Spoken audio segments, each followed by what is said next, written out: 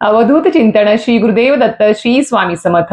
मी शीतल तुमच्या सगळ्यांचं आपल्या चॅनलमध्ये स्वागत करते. नॅचरल सुरुवात करते. मंडळींनो, तुमच्याकडे होलाष्टक पाळलं जातं का?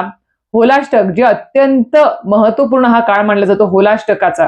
होळीच्या आधीचे 8 दिवस आपल्याला खूप जास्त काळजी घ्यायची असते. आपल्या घराची असेल, आपली स्वतःची असेल किंवा आपल्या कुटुंबातील व्यक्तींची असेल, प्रत्येक व्यक्तींची असेल, आपला खूप जास्त काळजी घ्यायची असते.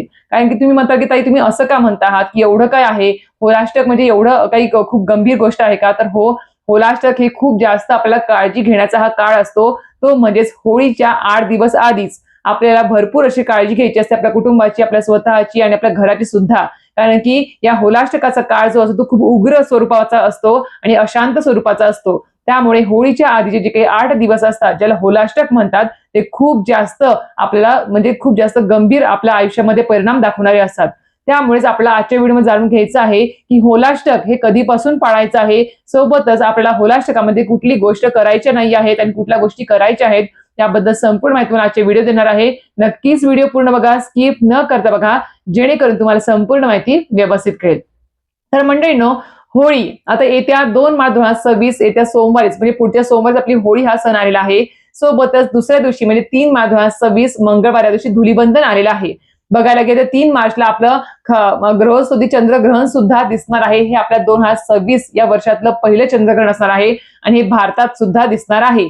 आता या ग्रहणाचे वेध कधी पाळायचे आहेत, त्याचा मोक्ष काळ असेल, पुण्य काळ असेल, सूतक काळ असेल, गर्भवती स्त्रियांनी त्याच्यामध्ये काय नियम पाळायचे आहेत याबद्दल संपूर्ण माहितीचा व्हिडिओ आपल्या काल चॅनलवरती आलेला आहे, तो जाऊन चेकआउट करू शकता. तर मंडळींनो, तुम्हाला सांगितल्याप्रमाणे होळी येत्या सोमवारी आपली होळी हा सण आहे आणि आपणास माहिती असेलच, होळी हा सण म्हटलं तर आपला म्हणजे खूप साऱ्या रंगांचा आनंदाचा हा सण असतो. पण बघायला गेलं तर या होळीच्या धुलीवंदनाच्या आधी 8 दिवस आपल्याला होलाष्टक देखील पाळायचं असतं. आता हे होलाष्टक म्हणजे काय आणि ते कधी चालू होत आहे ते आपण बघूया. होलाष्टक जे आपल्याला सांगू इच्छिते की आता उद्या 24 तारीख आहे, उद्या 24 फेब्रुवारी 2026, उद्या मंगळवार आहे आणि उद्या आहे दुर्गाष्टमी. फाल्गुन शुक्ल पक्षातील अष्टमी तिथीपासून ते पौर्णिमा तिथीपर्यंत होलाष्टकाचा काळ आपल्याला पाळायचा असतो, जो अतिशय अशांत आणि उग्र स्वरूपाचा असतो. या होलाष्टकाच्या 8 दिवसाच्या काळामध्ये आपले जे काही ग्रह असतात ते खूप मोठ्या उग्र स्वरूपामध्ये असतात आणि सोबतच या काळामध्ये आपल्याला कुठलीही प्रकारचे शुभ कार्य करायचे नसतात, शुभ गोष्टी करायच्या नसतात. त्या काय आहे त्या समोरून तुम्हाला सांगेलच, पण हा काळ आपल्याला नक्कीच पाळायचा असतो. पुराण काळानुसार, पौराणिक कथेनुसार सांगितलं गेलं आहे की या काळामध्ये म्हणजे होलाष्टकाचा काळ तर थोडा उग्र आणि अशांत आहेच, पण या काळात भक्त प्रल्हाद याच्यावर भरपूर सारे अत्याचार झाले होते, खूप त्यांना त्रास दिला गेला होता. त्याच्यामुळे हा होलाष्टकाच्या 8 दिवसाचा जो काळ असतो तो आपल्याला खूप जास्त काळजी घेण्याचा काळ असतो. आता तुम्हाला सांगितल्याप्रमाणे होलाष्टकाच्या काळामध्ये सांगितले गेल्याप्रमाणे तुम्हाला या काळामध्ये खूप मोठ्या प्रमाणामध्ये तंत्र मंत्र विद्या याचं खूप मोठ्या प्रमाणामध्ये गोष्टी केल्या जातात. कारण की कसं असतं, आता तंत्र विद्या जी आहे म्हणजे कोणी कोणी चांगल्या गोष्टींसाठी पण करतात काही गोष्टी, उपाय तोडगे, आणि काही लोक असे सुद्धा आहेत जे दुसऱ्यांचं वाटुळं व्हावं, दुसऱ्यांची प्रगती चांगली बघवत नाही, कोणाचा घरातला आनंद बघवत नाही, कोणाचा व्यवसाय चांगला चालला आहे ते बघवत नाही, यासाठी वाईट दृष्टीने वाईट मार्गाने तंत्रविद्या वापरली जाते. आणि हा जो काळ असतो आपल्या पूर्ण वर्षभरातला जो होलाष्टकाचा 8 दिवसाचा काळ असतो ना, तो खूप जास्त डेंजर असतो, खूप जास्त काळजी घेण्याचा काळ असतो. या 8 दिवसाच्या काळामध्ये खूप मोठ्या प्रमाणामध्ये तंत्रविद्या वाईट प्रमाणात वाईट म्हणजे स्तरावरती वापरली जाते. खूप लोक हे म्हणजे करत असतात. म्हणून सांगते किंवा आपल्याला या 8 दिवस जो आहे म्हणजे उद्यापासून ते होळीच्या पौर्णिमेपर्यंत म्हणजे 3 तारखेपर्यंत आपल्याला खूप जास्त काळजी घ्यायची आहे. स्वतःची, कुटुंबाची, कुटुंबात लहानपासून ते वयस्कर व्यक्तींपर्यंतची खूप जास्त काळजी घ्यायची आहे. आता तुम्हाला सांगितलं की होलाष्टकाचा काळ का असतो आणि हा काळ जो आहे तो खूप मोठ्या प्रमाणात आपल्याला काळजी घेण्याचा काळ आहे. आता या काळात कुठल्या गोष्टी करायच्या नाही तुम्हाला सांगते. तर या काळात कुठल्याही प्रकारच्या शुभ गोष्टी घरामध्ये करू नका. त्याच्यामध्ये कुठल्या आल्या तर मी सांगेल की याच्यामध्ये नामकरण आलं, मुंडन आलं, लग्न, साखरपुडा, कुठल्याही प्रकारचे समारंभ, शुभ कार्य असतील, सोबत नवीन व्यवसायाची सुरुवात असेल, नवीन गोष्टीची सुरुवात असेल, नवीन गाडी खरेदी करणे, भूमिपूजन करणे, नवीन वस्तूंची खरेदी करणे, भरपूर सर्व गोष्टी ज्या शुभ कार्यामध्ये येतात त्या एकही गोष्टी या होलाष्टकाच्या 8 दिवसाच्या काळामध्ये करू नका. कारण की आपणास सांगायला मला खरंच वाटतंय की तुम्ही नक्कीच काळजी घ्या आणि या 8 दिवसाच्या काळामध्ये होईल तेवढी जास्तीत जास्त आपली सेवा वाढवा. आपल्या होईल तेवढे नामस्मरण सेवा नित्यनेमाने चालू ठेवा. खंड पडू देऊ नका, कारण की ज्यांच्या घरामध्ये नित्यसेवा चालू असते स्वामींची किंवा इष्टदेवतांची नामस्मरण सेवा कुठलीही चालू असेल, त्यांना कुठल्याही प्रकारचा याचा त्रास होत नाही. म्हणून आपला हा होलाष्टकाचा काळ जो आहे तो खूप काळजीपूर्वक काळ असतो. आता याच्यामध्ये अजून कुठल्या गोष्टींची काळजी घ्यायची आहे, तर या 8 दिवसाच्या काळामध्ये महिलांनी संध्याकाळी 6च्या नंतर मोकळे केस ठेवून घराच्या बाहेर फिरू नये. नक्कीच याची काळजी घ्यायची आहे. केस बांधूनच, आंबाडा किंवा वेणी बांधूनच घराच्या बाहेर पडावं. त्यानंतर आहे तर स्ट्रॉंग परफ्यूम सुद्धा या काळामध्ये महिलांनी किंवा पुरुषांनी कोणीही स्ट्रॉंग परफ्यूम सुद्धा जास्त वापरायचा नाही आहे.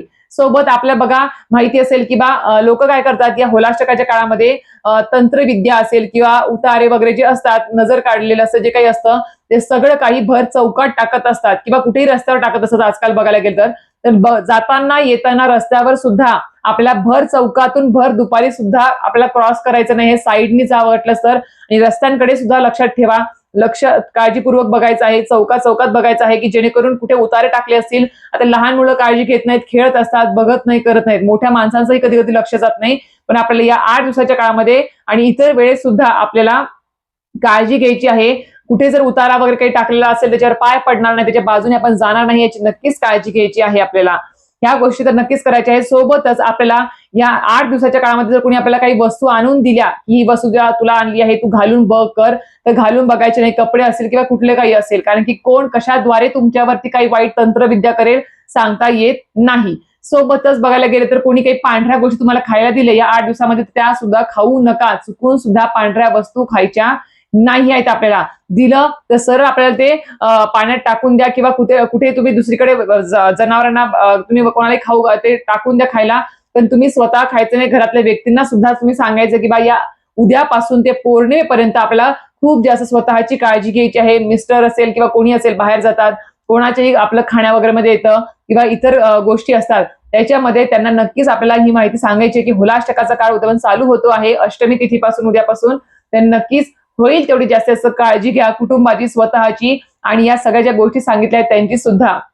तर नक्कीच होलाष्टकाच्या काळात तुम्हाला सांगितल्याप्रमाणे तुम्हाला या काळामध्ये तंत्रविद्या जी असते ती मोठ्या प्रमाणात कार्यरत असते, आणि त्या तंत्रविद्येचा किंवा कुठल्याही वाईट गोष्टींचा आपल्यावर परिणाम होऊ नये असं वाटत असेल तर नक्कीच जास्तीत जास्त उद्यापासून ते पौर्णिमेपर्यंत किंवा रोज न चुकता काल भैरवाष्टक स्तोत्रमचं जास्तीत जास्त पठण करायला विसरू नका. संध्याकाळी काल भैरवाष्टक स्तोत्र जे आहे ते तुम्हाला स्वतः म्हणायचं आहे. 1 वेळेस म्हणा, 5 वेळेस म्हणा, 7 वेळेस म्हणा किंवा 11 वेळेस म्हणा, पण नक्कीच काल भैरवाष्टक स्तोत्रम पठण करायला विसरू नका किंवा काल भैरवनाथांची सेवा करायला विसरू नका.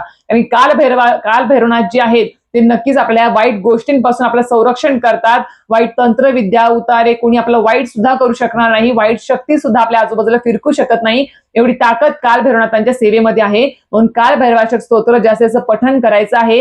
आता मी सांगेल की अशा विशिष्ट होलाष्टकाचा काळ असेल किंवा अमावस्या, पौर्णिमा, या वेळेस आपण पठण करावंच, पण रोज नित्यनेमाने जरी आपण केलं ना तरी सुद्धा चालणार आहे. 24 तास संरक्षण कवच आपल्याला प्राप्त होतं. म्हणून सांगते की नित्यसेवा, नामस्मरण आणि काल भैरवनाथांची सेवा न चुकता रोज करा. बघा तुम्हाला कुठल्याही प्रकारचा वाईट गोष्टीचा त्रास होणार नाही आहे. तर तुम्हाला सांगितल्याप्रमाणे उद्यापासून नक्कीच आपल्याला होलाष्टक चालू होत आहे पौर्णिमेपर्यंत.